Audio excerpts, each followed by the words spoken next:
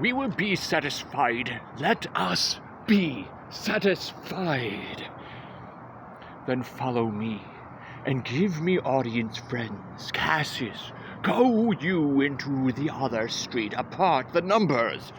Those that will hear me speak, let them stay here. Those that will follow Cassius, go with him. And public reason shall be rendered of Caesar's death. I will hear Brutus speak. I will hear Cassius, and compare the reasons when severally we hear them rendered. The noble Brutus is assented to silence. Be patient till the last, Romans, countrymen, and lovers. Hear me for my cause, and be silent that you may hear. Believe me for mine honor, and have respect to mine honor that you may believe. Censor me in your wisdom, and awake your senses, that you may the better judge. If there be any in this assembly, and dear friend of Caesar's, to him I say that Brutus' love to Caesar was no less than his. If, then, that friend demand why Brutus rose against Caesar, this is my answer. Not that I loved Caesar less, but that I loved Rome more. Had you rather Caesar were living and die all slaves, than that Caesar were dead to live all free men, as Caesar loved me? I weep for him. As he was fortunate, I rejoice at it. As he was valiant, I honor him. As he was ambitious, I slew him. There is tears for his love, joy for his fortune, honor for his valor, and death for his ambition. Who is here so base that would be a bondman? If any, speak. For him have I offended. Who is here so rude that would not be a Roman? If any, speak. For him have I offended. Who is here so vile that will not love his country? If any, speak. For him I have offended. I pause for reply. None, Brutus, none. Then none have I offended.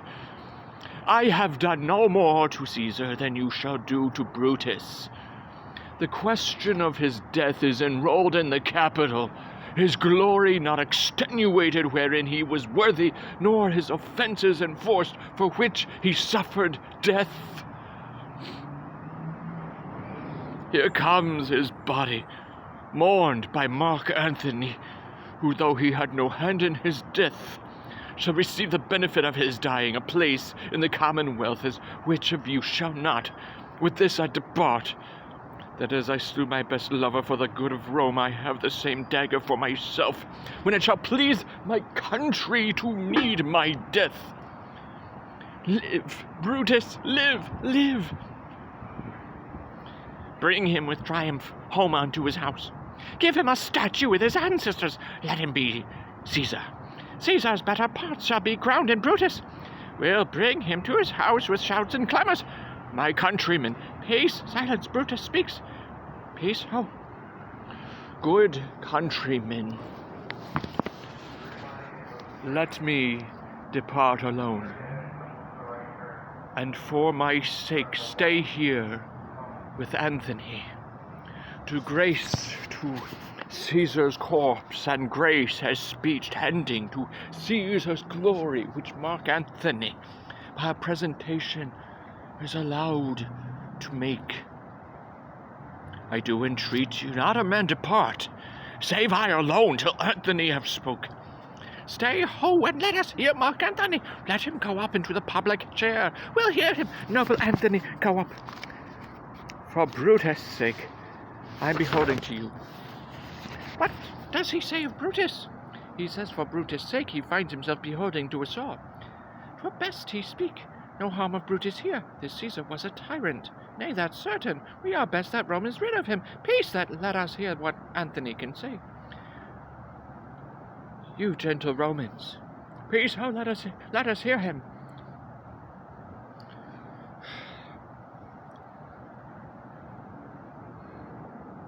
Friends, Romans countrymen, lend me your ears. I come to bury Caesar, not to praise him.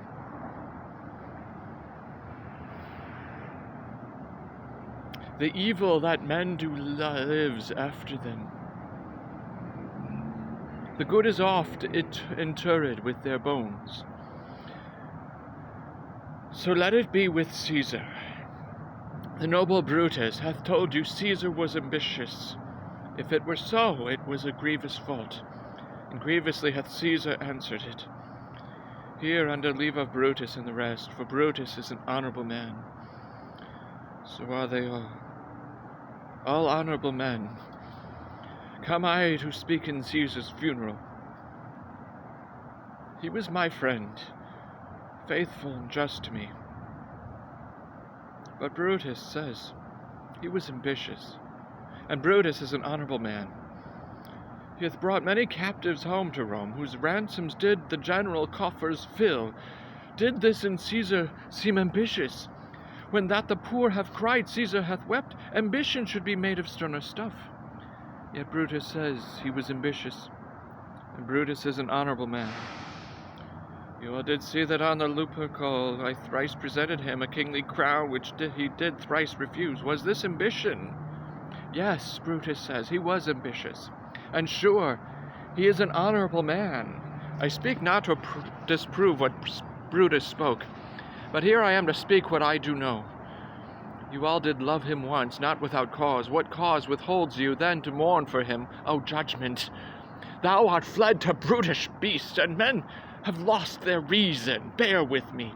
My heart is in the coffin there with Caesar, and I must pause till it come back to me. Methinks there is much reason in his sayings, if thou consider rightly of the matter. Caesar has had great wrong. Has he, masters? I fear there will worse come in his place. Marked ye his words? He would not take the crown, therefore 'tis certain he was not ambitious. If it be so, some will dear abide it. Poor soul, his eyes are red as fire with weeping. There's not a nobler man in the Rome than Antony. Now mark him, he begins again to speak. But yesterday the word of Caesar might have stood against the world.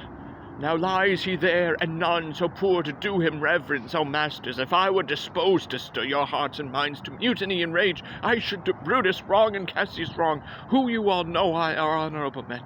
I will not do them wrong. I rather choose to wrong the dead, to wrong myself and you, than I will wrong such honourable men. But here's a parchment with the seal of Caesar. I found it in his closet, 'tis his will.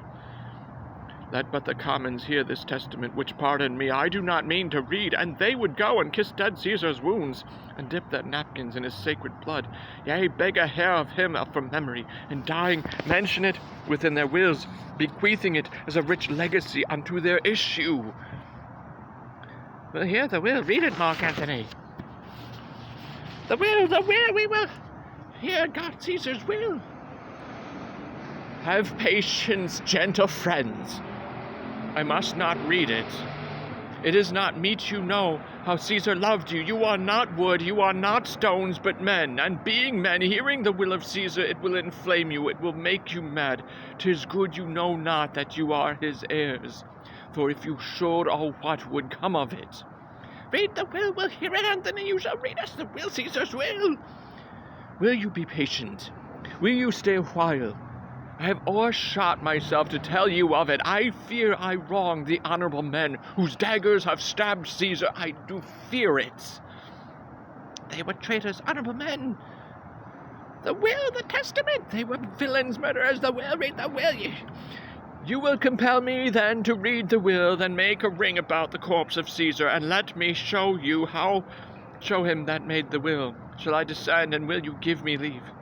Come down, descend, you shall leave a ring stand round, stand from the hearse, stand from the body, room for Anthony, most noble Anthony.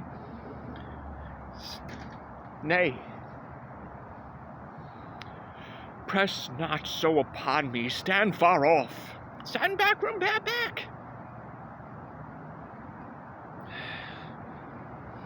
If you have tears, prepare to shed them now. You all do know this mantle. I remember the first time ever Caesar put it on. 'Twas on a summer's evening in his tent. That day he overcame the Nervi. Look, in this place ran Cassius' dagger through. See what a rent the envious Casca made. Through this the well-beloved Brutus stabbed, and as he plucked his cursed steel away, mark how the blood of Caesar followed it, as rushing out of doors to be resolved if Brutus so unkindly knocked or no. For Brutus, as you know, was Caesar's angel. Judge, O you gods, how dearly Caesar loved him. This was the most unkindest cut of all, for when the noble Caesar saw him stab, ingratitude, more strong than traitor's arms, quite vanquished him. Then burst his mighty heart, and in his mantle muffling up his face, even at the base of Pompey's statue, which all the while ran blood, great Caesar fell. Oh, what a fall was there, my countrymen! Then I and you, and all of us fell down, with bloody treason flourished over us. And now you weep, and I perceive you feel the dint of pity. These are gracious drops. Kind souls, what? Weep you when you but behold our Caesar's vesture wounded? Look you here, here is myself marred, as you see, with traitors. Oh, piteous spectacle! Oh, noble Caesar! Oh, woeful day! Our traitors, villains, a most bloody sight! We will be revenged! Revenge about, seek, burn, fire, kill, slay, not a traitor live! Stay, countrymen. Peace there. Hear the noble Anthony. We'll hear him, we'll follow him, we'll die with him. Good friends, sweet friends, let me not stir you up to such a sudden flood of mutiny. They have done this deed are honorable. What private griefs they have, alas, I know not, that made them do it. They are wise and honorable, and will no doubt with reasons answer you. I will not, friends, to steal away your hearts. I am no orator, as Brutus is. But, as you know me all, a plain, blunt man that love my friend, that they know full well, that gave me public leave to speak of him. For I have neither wit, nor words, nor worth, action, nor utterance, nor the power of speech to stir men's blood. I only speak right on. I tell you that which you yourselves do know. Show you sweet Caesar's wounds, poor dumb mouths, and bid them speak for me. But were I Brutus, and Brutus Anthony, there one Anthony would ruffle up your spirits, and put a tongue in every wound of Caesar, that should move the stones of Rome to rise and mutiny. We'll mutiny! We'll burn the house of Brutus. Away then, come, seek the conspirators. You hear me, countrymen? Yet hear me speak. Peace, ho! Anthony, most noble Anthony! My friends, you go to do you know not what. Wherein hath Caesar thus deserved your loves? Alas, you know not. I must tell you, then. You have forgot the will I told you of. Most true, the will. Let's stay and hear the will. Here is the will, and under Caesar sealed to every Roman citizen he gives, to every several man, 75 drachmas. Most noble Caesar will revenge his death.